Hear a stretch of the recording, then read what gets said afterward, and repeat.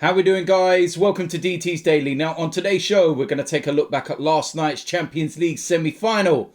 And the last piece of news involves Arsenal, because Stan Kroenke has issued a statement and they've made it clear they're not willing to sell the club. I represent my fucking self. How we doing, guys? Welcome to DT's Daily. That's right.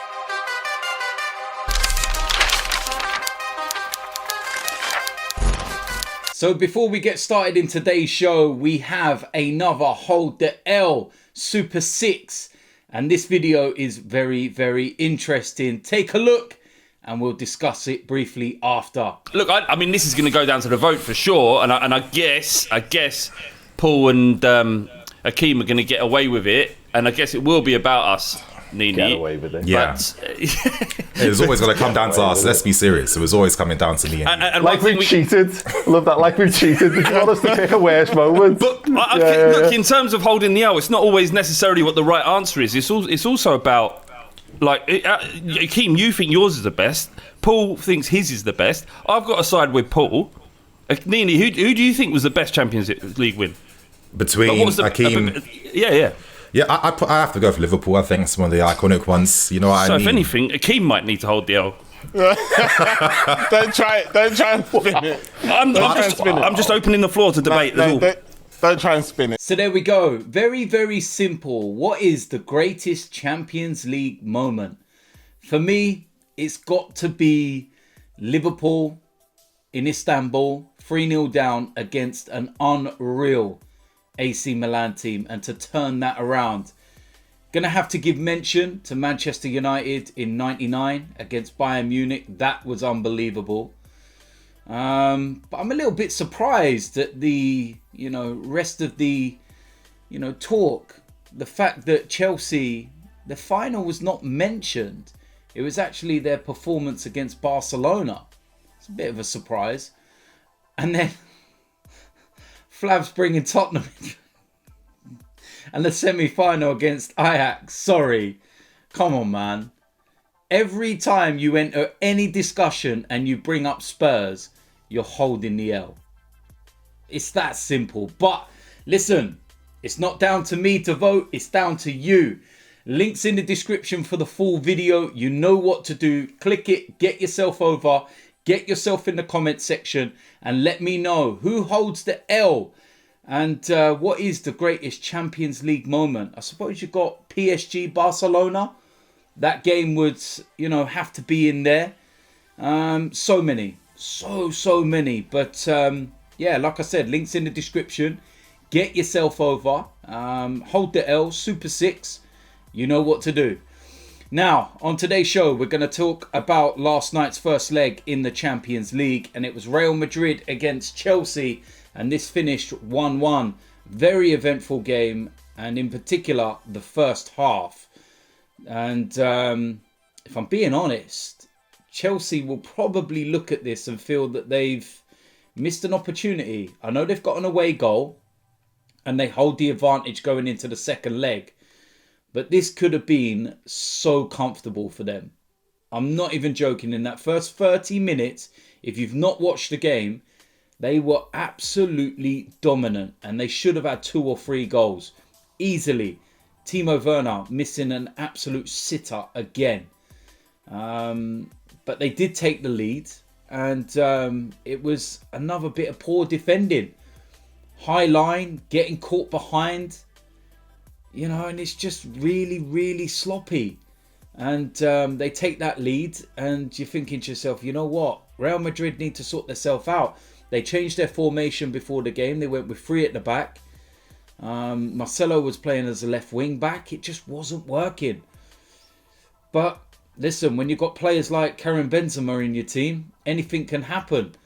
And his goal, what a finish that was. The way the little cushion header to just take the sting out of the, initial part of the pass and the volley. Superb. What a player. Proper number 9. And then things kind of, died down in the second half. And there was a couple of moments in there, but no real proper gilt-edged chances. And like I said, Chelsea, they'll go into the second leg feeling that, they're favourites. They've got the away goal. But I think that with no fans in the stadium at the moment, being at home second's not really a major advantage. And, you know, Real Madrid, a lot of injuries at the moment. But some of those look like they may well be back for the second leg. Sergio Ramos in particular. So I feel that that may well be a chance missed for Chelsea. But, you know, it was a decent game. Very good game. And like I said, most particular in the first half. That was a really good half. But, yeah, we'll have to see what happens in the second leg next week. It's going to be very, very interesting. Now, last piece of news involves Arsenal. Now, so much has gone on at the club over the last week or so. Ever since this news of the European Super League and everything else, the fan protests. And then, of course, the news over the last day or so has been about Daniel Ek and his imminent, you know, bid for the club, along with the likes of Thierry Henry, Patrick Vieira, and Dennis Bergkamp. And today, the Kroenkes have come out and they've issued a statement. And they have said that they remain 100% committed to Arsenal. In recent days, we have noted media speculation regarding a potential takeover bid for Arsenal Football Club. And this was released by Kroenke Sports and Entertainment. It goes on to say that we remain 100% committed to Arsenal and are not selling any stake in the club. We have not received any offer and we will not entertain any offer. Our ambition for Arsenal remains to compete, to win the biggest trophies in the games, and focus our remains on improving our competitiveness on the pitch to achieve this. I don't know what you really want me to say to that. It's kind of, I'm looking at it and I'm thinking, all right, turn the screw a little bit and keep the protests going. Really start to hit home that, you know, they're not wanted. And maybe if an official bid does come in and the pressure really does, you know, crank up, then it might be a bit too difficult for them to refuse. But, you know, all this talk about they're going to, you know, do all these things and they want Arsenal to compete. And I've been hearing that for over a decade.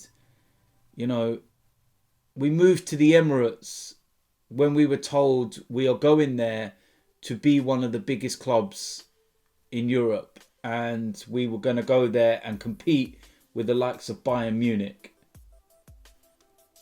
We wouldn't even be able to compete with Bayern Munich's academy right now, let alone the main team.